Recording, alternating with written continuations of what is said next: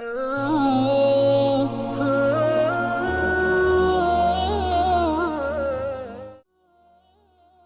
غوث پاک رضی اللہ تعالیٰ عنہ کے بارے میں، کیونکہ یہ 11ویں کا مہینہ کہلاتا ہے، اکابرین نے جو 11ویں کی وجہ لکھی ہے وہ یہ ہے کہ سیدنا شیخ عبد القادر جیلانی رضی اللہ تعالیٰ عنہ بغداد میں آپ کا مدرسہ تھا، تو آپ ہر مہینے کی 11 تاریخ کو رحمت کونین صلی اللہ علیہ وسلم کے ایصال ثواب کے لیے کھانے کا اہتمام کرتے تھے۔ وہ مدرسے کے بچے بھی کھاتے تھے، باہر کے لوگ کھاتے تھے۔ یہ ہر سال آپ کا سلسلہ جاری و ساری تھا، یا ہر ماہ پھر جب کچھ یہاں سے بر صغیر پاک و ہند سے بھی گئے ہوں گے پڑھنے کے لیے بغداد ان کے پاس، تو وہ جب یہاں آئے تو انہوں نے پھر یہی سلسلہ جاری کیا، اور خصوصاً جب شیخ عبد القادر جیلانی رضی اللہ تعالیٰ عنہ کا وصال ہوا تو آپ کے وصال مبارک کے حوالے سے وہ عرس جس کو کہتے ہیں وہ کرنے لگے، یعنی ایصال ثواب کے لیے کھانا بنانے لگے، اور اس کا نام رکھ دیا 11ویں شریف، کیونکہ 11 تاریخ سے وابستگی تھی تو 11ویں شریف۔ تو یہ اصل میں ایصال ثواب کا اہتمام ہوتا ہے۔ ایصال ثواب کا مطلب کیا ہے؟ ایصال مانے پہنچانا، اور ثواب کا مطلب وہ بدلہ جو آپ کے نیک عمل کے جواب میں اللہ تعالیٰ آپ کو دے گا۔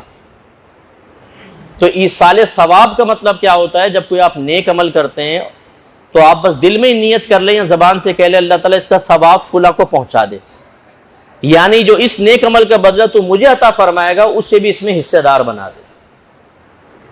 یہ اگر قرآن یا حدیث سے ثابت نہ ہوتا تو اپنے پاس سے تو ہم نہیں کر سکتے تھے، لیکن نبی کریم نے بارہا صحابہ کرام علیہم رضوان کو اپنے مرحومین کے لیے نیک عمل کرنے کی ترغیب دی۔ فرمایا جب تم اپنے طرف سے حج کرو تو اپنے مرحوم والدین کی طرف سے بھی کرو، ان کے لیے نماز پڑھو، ان کے لیے روزہ رکھو۔ کسی نے آ کے ایصال ثواب کا پوچھا کہ میں اپنی والدہ کو کیسے نفع پہنچاؤں، ان کا وصال ہو گیا ہے، تو فرمایا پانی پلاؤ۔ اس کا مطلب ہے عمل ہم کریں گے اور بدلہ ان کو بھی ملے گا۔ تو جب ہم عام لوگوں کے لیے کرتے ہیں تو اس کو پھر نیاز بھی کہہ دیتے ہیں، کبھی اکثر فاتحہ کہتے ہیں، نہیں فاتحہ خانی ہو رہی ہے، لیکن جب بزرگوں کے لیے ہوتا ہے تو اس کو نظر اور نیاز سے تعبیر کرتے ہیں کہ بادشاہوں کے دربار میں جو تحفہ پیش کیا جاتا تھا نا تو کہتے تھے حضور کچھ نظر کرنا چاہتا ہوں، نیاز پیش کر رہا ہوں، تو وہ ادباً اس کو، تو یہ جو ہم ایصال ثواب اکابرین کو کرتے ہیں اس کو کہتے ہیں نظر یا نیاز۔ اس کے لیے جو اہتمام کرتے ہیں اس کو بھی نیاز کہتے ہیں، نیاز کا کھانا۔ نیاز کا کھانے کا مطلب کیا ہے کہ جو اکابرین کے ایصال ثواب کے لیے کھانا تیار کیا گیا وہ، اور اس میں صحیح سوچ اور فکر یہ ہونی چاہیے کہ آپ کھانا صرف اللہ کے لیے بنائیں، ثواب صرف اللہ دے گا، اس کھانے سے اللہ کا قرب حاصل کرنا ہی مقصود ہو۔ یہ 3 بڑی چیزیں ذہن میں رکھیں۔ کھانا کس کے لیے بنائیں گے؟ اللہ کے لیے، اللہ ہی ثواب دے گا، اللہ کا قرب بھی مقصود ہو۔ ایک نیت بس یہ ہو کہ اللہ تعالیٰ جو تو عطا فرمائے گا فلاں بزرگ کو پہنچ جائے، بس یہ نہیں کہ میں تو نبی کے لیے عمل کر رہا ہوں، یہ شرک میں چلا جائے گا، یا نبی کے قرب کے لیے نیک عمل کر رہا ہوں، ٹھیک نہیں ہے، یا نبی کریم ثواب دیتے ہیں، غوث پاک ثواب دیتے ہیں، غلط، بدلہ سے ہاں وہ دعا کر سکتے ہیں۔ بعد وفات دعاؤں کا سلسلہ کبھی منقطع نہیں ہوتا۔ رحمت کونین صلی اللہ علیہ وسلم ارشاد فرماتے ہیں کہ اولاد کے اعمال بعض اوقات، میں بعض اوقات کا لفظ کہہ رہا ہوں وہاں نہیں ہے، لیکن ماں باپ کی خدمت میں پیش ہوتے ہیں، اگر وہ اچھے اعمال ہوتے ہیں تو خوش ہوتے ہیں، برے ہوتے ہیں تو ہدایت کی دعا کرتے ہیں۔ ایسے ہی السلام علیکم یا اہل القبور، ہم جا کے سلام کرتے ہیں مردوں کو، یہ دعا ہے۔ سرکار فرماتے ہیں مردہ جواب دیتا ہے لیکن تمہیں اس کا شعور حاصل نہیں، تو یہ وعلیکم السلام یہ بھی دعا ہے، اللہ تعالیٰ آپ پر بھی سلامتی نازل فرمائے، اس لیے سلسلے منقطع نہیں ہوتے۔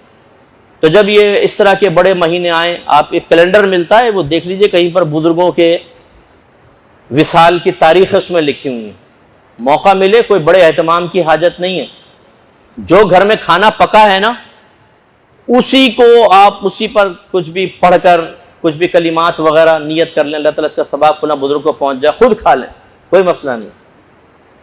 اچھا کھانا کیوں رکھتے ہیں سامنے؟ بس یہ تھوڑا سا 1 سیکنڈ آپ کر لیتا ہوں، چند سیکنڈ۔ کھانا سامنے رکھنا یہ صرف نبی کریم صلی اللہ علیہ وسلم کی ایک سنت کی ادائیگی مطلوب ہوتی ہے، مشابہت اختیار کرنا۔ سرکار نے کھانا بڑھانے کے جتنے بھی معجزے دکھائے یا پانی بڑھانے کے وہ سامنے رکھا، کھانے پہ آئیں، دسترخوان پہ بیٹھے ہیں، پھر جو اللہ نے چاہا پڑھا اور فرمایا کھاؤ، تو 4 آدمیوں کو کھانا 1400 کو پورا ہوا. اللہ برکت پیدا کر دی. یہ آپ کا معجزہ تھا. تو اس لیے تھوڑا کھانا سامنے رکھ لیتے ہیں کہ چلیں جیسے نبی کریم نے معجزہ دکھایا اور اس میں برکتیں پیدا ہوئی, ہم بھی سامنے رکھ کے کچھ قرآن پڑھ لیتے ہیں, اللہ تعالیٰ برکت دے گا. پھر آپ اس کو ملائیں, اس میں نہ ملائیں, خود ہی کھا جائیں. برکت دینے والی ذات تو اللہ تعالیٰ کی. اس کا مطلب یہ سامنے رکھنا اس لیے نہیں ہے کہ جب پڑھیں گے تو اس میں برکت پیدا ہوگی باقی میں نہیں ہوگی. اگر ہوتا تو اس میں ملایا جاتا. ٹھیک ہے نا. تو یہ ہمارا نظریہ ہوتا ہے کہ اللہ کے لیے اس سنت کو پورا کر لیا بس ٹھیک ہے. تو اس اچھے نظریے کے ساتھ آپ کریں. اس پر کوئی آبجیکشن کرے وہ مجھے آ کر بتائیے گا, میں اس کا جواب آپ کو یہیں پر اس میں ریکارڈ کرواؤں گا, انشاءاللہ یوٹیوب پر ڈلے گا. اس میں کون سی خرابی ہے بتائیں. کس وجہ سے آپ نظر نیاز کو حرام کہہ دیتے ہیں کہ کھانا حرام ہے؟